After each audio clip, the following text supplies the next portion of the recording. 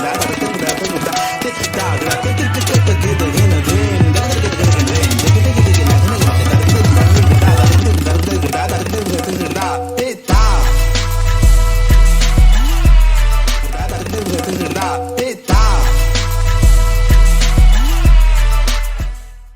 Assalamu alaikum. Welcome to this session on how agriculture can save Pakistan. We have on this panel with us a very eminent collection of economists, bankers, commercial bankers, central bankers, policy makers, and I think between them, they have authors of books, and I think between them, they have enough experience and the line of sight as to talk about this very important segment. Now, you know, it's funny. I was just to set some context before we even talk about some days back, I was watching a docudrama on Netflix called Alexander, the Making of the God. And it's interesting. In 333 BC, he lands in Asia Minor, which is now Turkey. And his generals think that he's now going to attack Persia. And he says, no, I'm going to go to Egypt, because Egypt is the breadbasket of the Persian Empire. And if I get hold of that, I can get rid of Persian Empire. Fast forward 2,500 years later, now, and I'm reading in The Economist, that Egypt of today is on the precipice of a social upheaval because grain which is being imported from Ukraine is now expensive and scarce. And Egypt, the breadbasket of 333 BC, is again at the center of a possible wheat issue. Now, obviously, Pakistan is not being attacked by Alexander the Great, but food security and agriculture plays a very important part. There are two ways of looking at it. One is glass is half empty, which is basically that our yield per crop is low. Our yield per hectare is one of the lowest in the world. We are now importing wheat ourselves. We are not really, in our cash crops, cotton production is going down. Those are the one ways of looking at it. The other way is, Pakistan, when it started off, could not feed any of its 75 million people. In 1950, we were importing wheat, and by 1980, we already gone through a green revolution, and we were self-sufficient in food in 1980.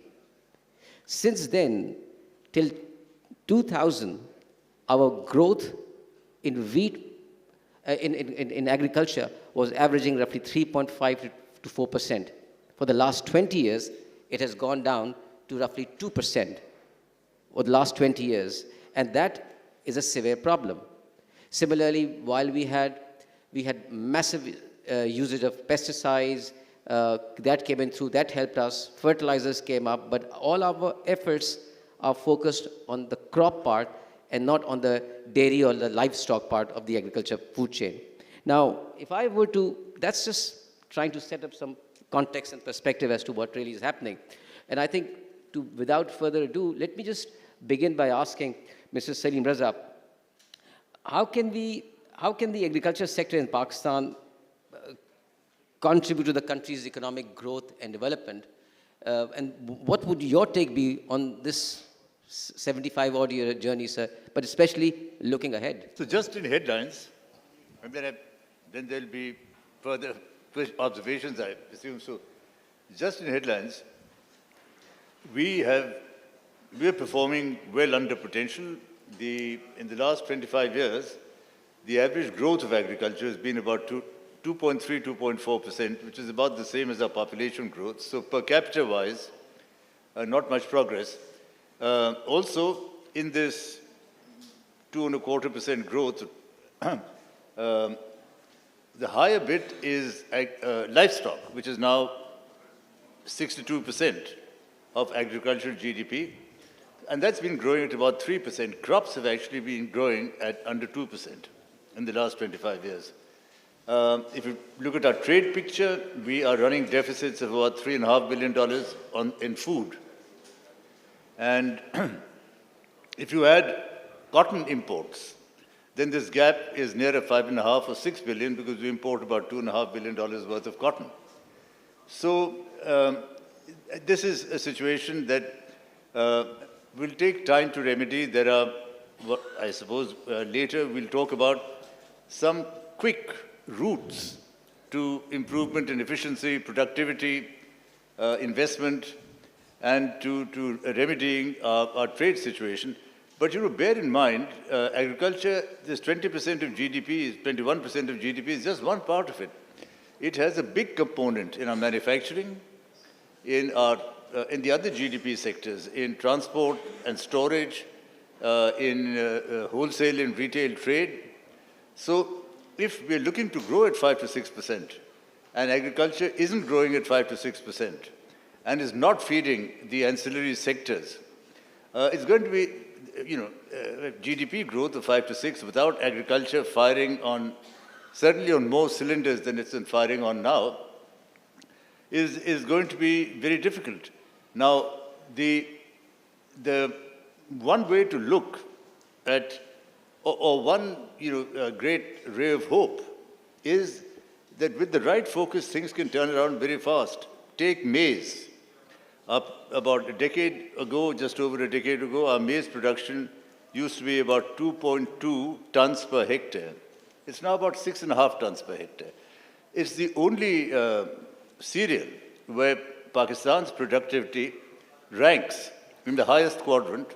Everywhere else, we are well below our benchmarks. And so what did we do for maize? Anyway, that's one of the things we'll talk about. But that's just, as an introduction. Agriculture is huge potential, and then we can talk about, what are the critical things that need to be done in due course. Okay, all right. I think what I'm getting, and I think probably that allows me to come directly to Dr. Ishrat as well, that we have selective sectors within the larger agriculture picture, which are doing well, and some which are not doing well. So now, if I recall, the Prime Minister in your previous stint with the government had asked you to study the Agricultural Research Institute or Systems of Pakistan. What did your findings indicate that what that research institutes are doing so that they can then channel that research back into the real world?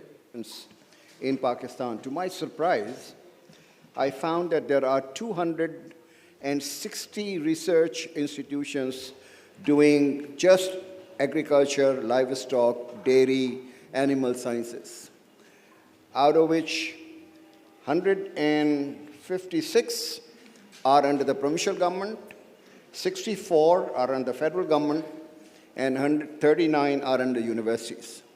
So you have a very large canvas of research institutions. But institutions do not exist just by having brick and mortars. They exist because of the quality of the manpower. And there are two clusters of agriculture research in Pakistan. One is the Pakistan Agriculture Research Council and National Agriculture Research Center, which are located in Islamabad. And the second one is Ayub Agriculture Research Institute, along with the University of Agriculture in Faisalabad, with NIBG and NIAB. These are the atomic energy centers. If you look at this, out of total 3,600 agriculture scientists, these two clusters have almost 2,800 scientists working there. So the question which I was exploring as to what are these people doing actually? And you will be surprised that first, their entire budget allocation goes on to the salaries, wages, allowances, and pensions. So how are they going to do any operational work? So if 90% is gone there, the 10% is left. In 10%, you cannot really do any experiments, you cannot do any laboratory work, you cannot actually even bring in equipment in order to do the testing for the farmers. So number one problem is that we have paid no attention to agriculture research, either at the federal and the provincial level. The second is a lack of coordination. As I said, there are institutions doing exactly the same kind of work, and they don't have budgets. Why can't they pool themselves and say, like India has, that these are the wheat centers of excellence, and these are the institutions which will be affiliated with this wheat center. And this is for cotton, and this is for maize. They don't have any coordination. So you have not only inadequacy of the budget, but also you have problems of coordination between the federal, and therefore waste and overlap and duplication.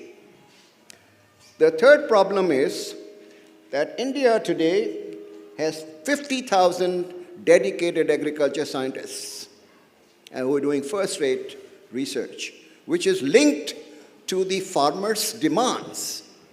The farmers actually articulate as to what their problems are, whether this is on the pest attack or on the productivity or nutrients or whatever it is. And the researchers are finding solutions to the problems faced by those farmers. We don't have any connection because the Pakistan Agriculture Research Council says, oh, we are a federal government and the provinces really do not come to us and the farmers are in the provinces. So we are not solving the problems, they're solving something which is very supply driven. The fourth one is that the quality of our researchers has gone down. The last time I looked at this in 2010, we had almost half of the staff was PhD degree holders, and some of them from very good universities. Today, it has declined to 1/3. So you don't have coordination, you have overlap, you don't have budget, and you don't have human resources. That is the reason why we have not produced a single variety of wheat or in cotton, where there is a complete stagnation, actually. Cotton, we have gone back from 14 million bales to 7-8 million bales. And wheat is stagnating at 27, 28 million tons. As Salim pointed out, there are only 2 crops, and thank God, that is because the government did not touch those crops.